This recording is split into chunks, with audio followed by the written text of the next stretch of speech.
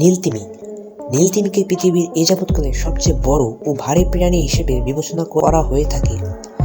তবে এবার বিজ্ঞানীরা বলেছেন তারা আদিম প্রজাতির এমন এক তিমির দেহাবশেষ খুঁজে পেয়েছেন যা নীলতিমির চেয়েও ওজনে বেশি হতে পারে।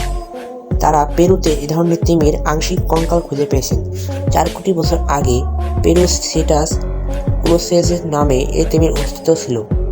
একটি আন্তর্জাতিক গবেষক দল বলেছে প্রাণীটির শরীরের গড় ভর 180 টন। শুধু যে প্রাণীটির নমুনা পাওয়া গেছে সেটিকে বিবেচনায় নিলে এটি ওজনের দিক থেকে এককভাবে নীলতিমিকে ছাড়াতে পারেনি, কারণ গিনেস ওয়ার্ল্ড রেকর্ডস অনুযায়ী এ যাবৎকালে সবচেয়ে বড় নীলতিমির ওজন 190 টন।